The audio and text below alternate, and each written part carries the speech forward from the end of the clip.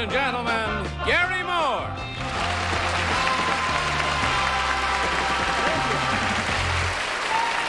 Hi. Thank you very much.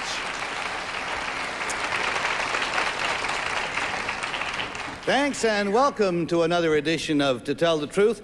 Our first guest today is one of the most accomplished makeup men in all of the history of television.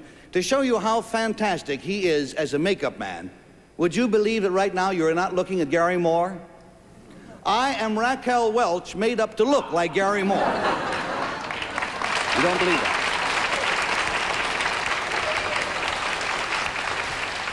Would you believe I'm Johnny Olson, made up to look like Gary Moore?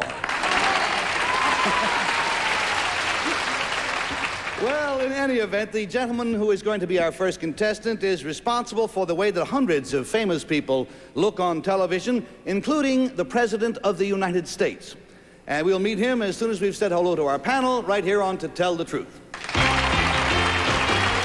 Bill Cullen. Peggy Cass. Orson Bean. And Kitty Carlisle.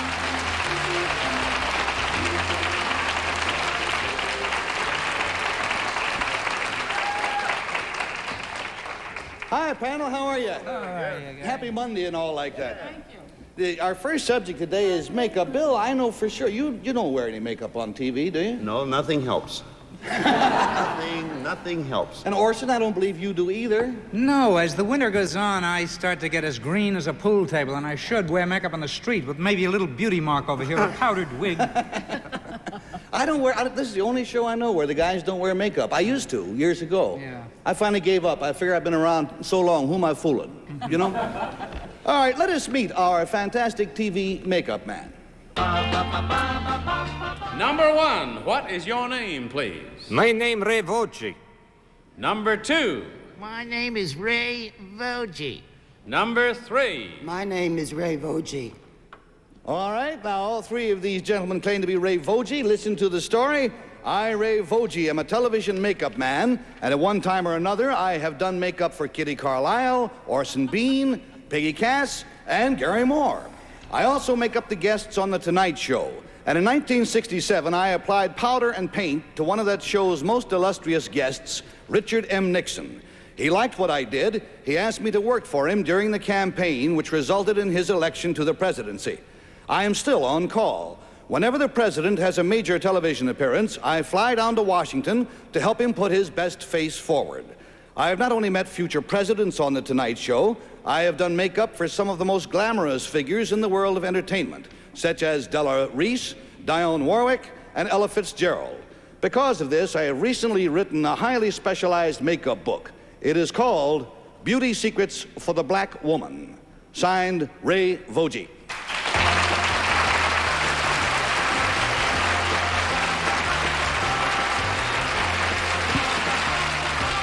And as our panel sits here and peers through these disguised faces, let's have an unabashed commercial or two. Oh, hi there. Now, let's keep in mind that all three of these gentlemen claim to be Ray Voci, makeup man for President Nixon and other people. Let's start the questioning with the makeup man's dream, Kitty Carlisle. With pleasure.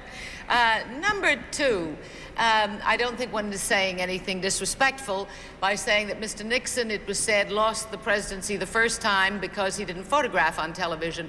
What changes did you make for the campaign? Mostly I'd cut down. Cut down what? I'd cut down on the amount of makeup. Oh, you use less? I use less. And let his own bare face hang out? Can't answer that. Elegantly expressed. Number three, what's the most difficult job you ever did? I think Ella Fitzgerald was probably the most difficult. And how long did that take? About 35 minutes. That's not very long. No. Number one, what secrets would you say, or what differences are there for the black woman than there would be for the white woman in makeup? Finding the right color to use. Uh-huh. And what else? Thank you, Kitty. Let's go to Bill Cullen. Number one, I'm going to ask the question Kitty asked of someone else. What was the most difficult job of makeup you ever did, sir? A month ago, makeup Johnny Carson looked 75-year-old. I mean, other than theatrical, other than character makeup, number one. Just a person you had to make up to look like they should look. I don't know. I can't think of anyone. Number three, why is it that some men, and Gary and Orson and I obviously are three of them, at least we believe we are, why is it that some men can appear before television cameras without makeup and others couldn't possibly? It has to do with the tone of the color of your skin. I think in the winter, most men need a little makeup, just a touch. When they've lost The their color of your skin is so beautiful. I don't look so good then, number three. You look lovely. Thank you very much. Number two, speaking of the tone or the color of the skin, it's usually expressed in numbers as far as the makeup, the base makeup you use. What color am I now, for instance, number two? You're asking for it, buddy. Yeah. You're about, I would say, a C9, I would say. C9. That's known as puce. Puce, yes. And from Bill, we go to Peggy, please. Number one, could you tell me some of the famous makeup men that do real character work, like, you know, outside of yourself, of course, who make people, like, look 80 or I take... would say you have two top men, one Dick Smith, other Barbara Bradovich. Thank you very much. Number three, what are Nixon's problems, makeup-wise? Well, actually, they're rather minor. He has a notoriously heavy beard, which we just lighten and tone down a bit. Well, I don't want to hurt your feelings, but doesn't he sort of have chuckle chops here? What? It's the Well, beard chuckle that... chops, you know, those Well, little... the beard accentuates it, actually. We tone down the beard, that tends to disappear a bit. Well, thank you. Number two, do you use any shading on Mr. Nixon at all? Yes. Where? Eyes. You shade his eyes? Why, does he have bags under his eyes? Lighten his eyes. Lighten. I If he's got chuckle chops, what do you call under the eyes? Laugh Bags. lumps? Bags. Huh? Laugh lumps is a better word. Let's go to Orson. He doesn't have bags under his eyes. He's got those eyes that peer out from under that brow, that kind of a malevolent look. I'm not speaking editorially, but just in terms of makeup. Oh, am I? Number two, what's your stand on the new thing of men wearing street makeup? I think sometimes it's proper. Yeah? Makes a man look better. I thought when I got my electric toothbrush, I thought the world was going to hell, but now that I'm wearing makeup in the street. Number one, do you have any feelings on the new business of men wearing false hair, using moisturizing things and everything, or what? I think the false hair is nice for weekend, want to be weekend hippie. Put on beard, mustache, look fine. Yeah? Do you ever wear any false hair, number one? Right now I wear Oh, false I hair. see. He sounds like a relative of Bela Lugosi, doesn't he? In any event, we've had all the questioning time we're allowed, so we must now vote.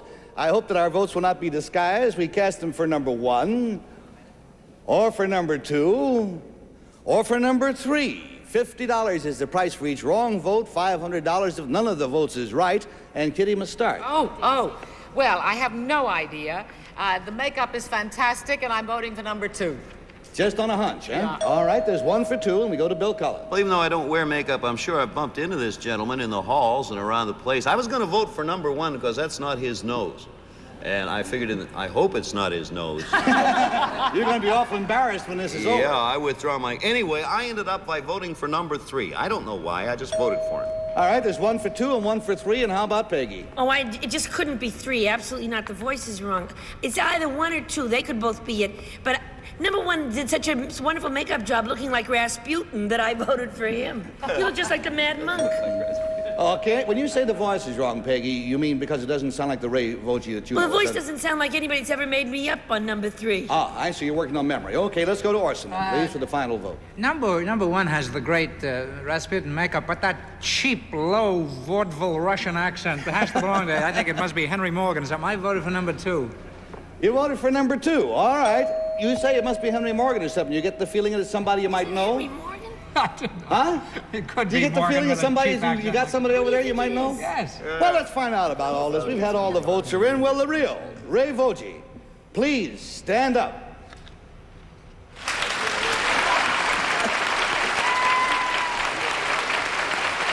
There you go. Nifty job, Ray.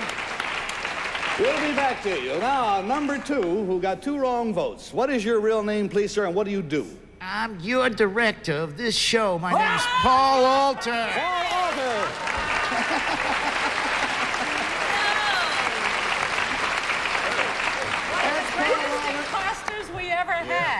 Isn't that a great makeup You look job, like a too? signer of the Declaration of Independence. He looks better than he's ever looked. You know? Now, number keep it, 3, Paul. I Peggy, can't you... believe it now after he tells it. Well, we're going to bring him back with his real face in a little later on. But, Peggy, you said that number 3, the voice was wrong? Yeah. Number 3, sir, what is your real name, please, and what do you do? My name is Peggy Parker, and I'm Mark Goodson's secretary.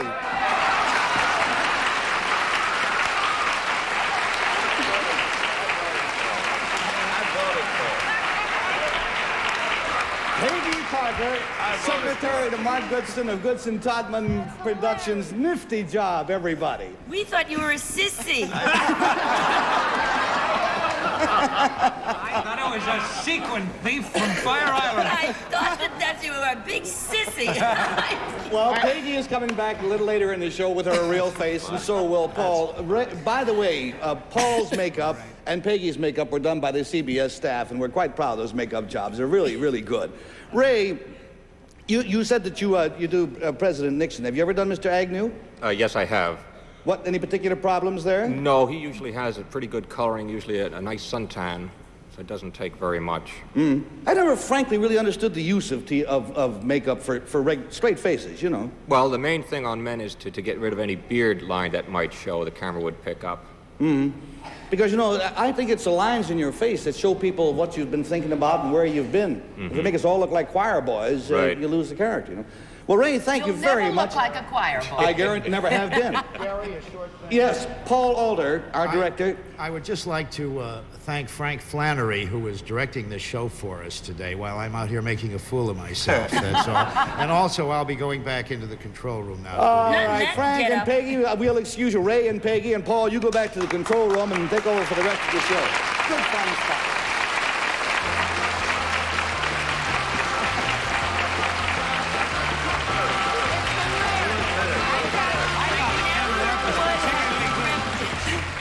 All righty.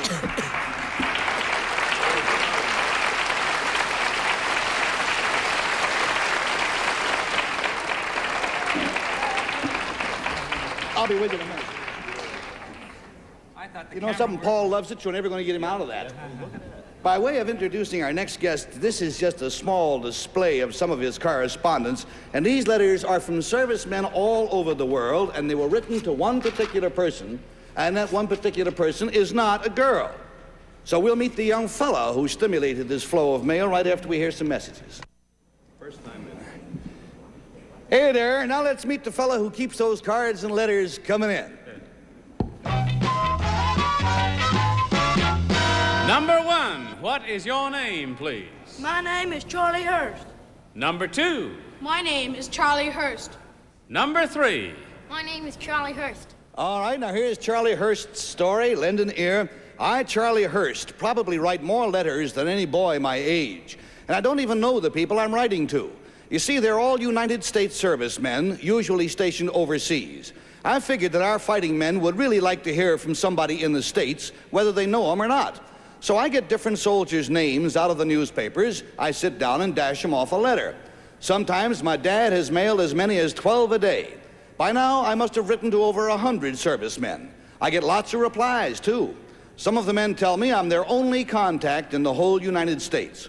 Although I usually write to enlisted men, every once in a while I'll even write to a general. I figure that's only fair. And besides, I hope to be a general someday. Signed, Charlie Hurst.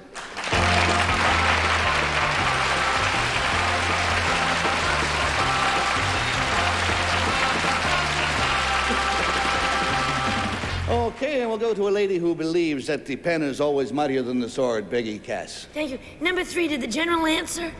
Yes. Did you write to him? I mean, is he now? Do you keep up a correspondence with him?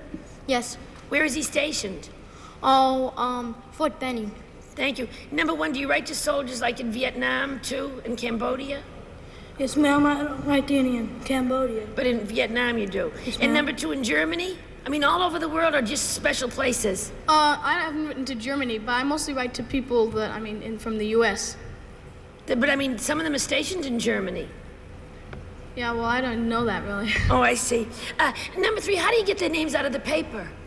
Well, you see, I live in DeLand, Florida, and the DeLand Sun, you see, they just have the names of the people in the newspaper, sometimes I call them up out of the phone book. I find their names and I call them up Oh. out of the phone book, and then I ask them, the people, I what see. they are. Well, number... Yeah, you understand that? Let's go to Orson. Thank you. Now, I want to pin something down. Number one, it sounds to me, statistically, as if you could run up about $3 a week in stamps. Who pays for that, you or your old man? Well, me and my father and my mother pays for them. You all kind of split it up? Yeah. Number two, do you agree with that, what one said? Do you pay for some of the stamps or all of them, or No, I only pay for some of them. how do you make the money? Well, I sing in a Allowance? choir. You sing in the choir, you get paid for that? Yeah. Hey, that's great. Number three, do you ever get writer's cramp? Well, my mother, she has a typewriter, and sometimes I dictate the letters to her. Oh, great. Number one, do you do the same thing? No, sir. What do you do? I write it with a pencil. What kind of just a pencil? Number two? Thank you, Orson. That takes us to Kitty. Number two, what do you say to these fellas in general? Well, I tell them how we're doing and what the weather is, and like who's winning and in basketball and things like that. I see. Number three, where do the letters come from that say that you're really their only contact with the people in the States? Could you restate the question? I don't really know what you mean. Huh? Could you restate the question? Oh, I mean, where do the letters... What soldiers, where are they stationed when they write you and say that you're their only contact with the United States?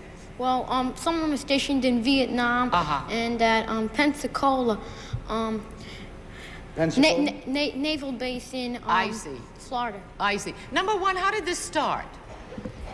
Well, I started writing to my brother first, and then And where was he? Fort Jackson. I see. Thank you, Kitty, and that brings us to Bill. Number two, we've determined that number three sometimes dictates to his mother at the typewriter, and number two uses a pencil. Number one uses a pencil. Number two, how do you go about physically writing these letters? With a pencil or a pen. Number one, do you really enjoy writing letters? I mean, not that enjoy the good you're doing. We know you're doing a great deal of good, but do you enjoy letter writing? Number one. Yes, sir.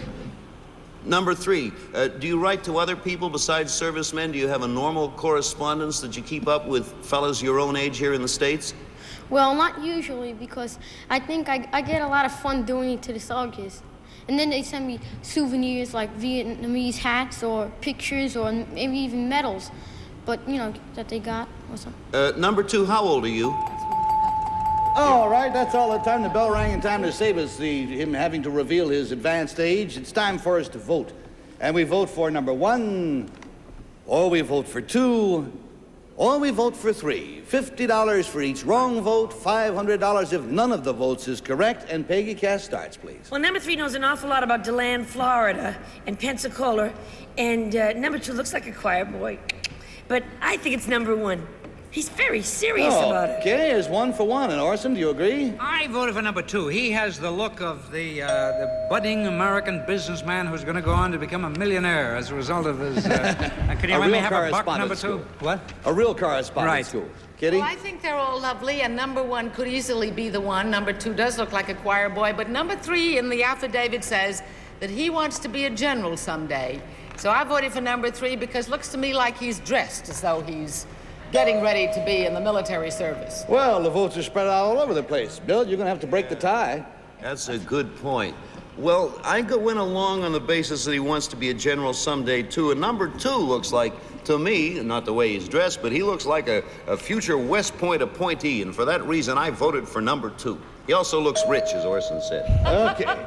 The die is cast. Will the real Charlie Hurst please stand up? Who had him? There you came in.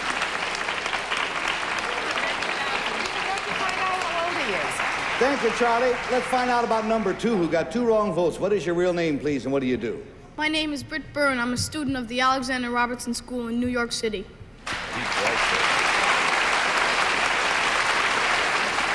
And number 3, you got 1 wrong vote. What is your real name, please? My name is Ed Reef, and I'm a student at Terryville School in Long Island. Charlie, congratulations from all of us. Let's establish what is your real age, the real one. How old are you, Charlie? I'm 11. You're 11 years old, huh? And you're from where? I'm from Hiawassee, Virginia. Good deal. Look, let me ask you one question. When you're away from home, do you write to your parents? Sometimes. I doubt it. Thank you very much, Charlie Hurst and friends, for being here with us on To Tell the Truth.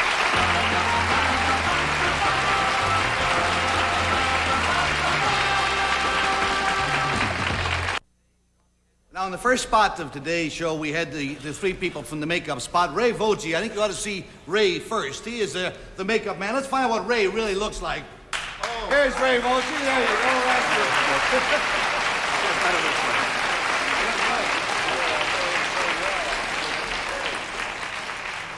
Now then, you saw Paul Alder. He was the fellow with the beard and the little glasses who's our director. This is what Paul really looks like. All scrubbed up. Whoa.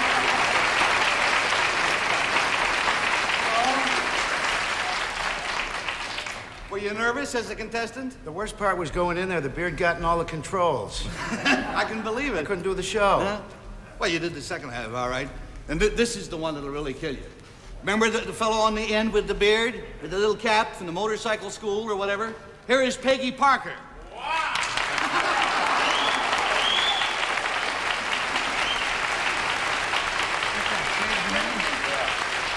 Peggy said before the show that she was afraid this was going to cost her boyfriends. I have a note here that says, "Dearest Peggy, maybe the beard may lose you a few boyfriends, but you'll always have me. Signed fondly, Johnny Olson." Ray, Paul, Peggy, thank you. Now, see you tomorrow, everybody. Take care.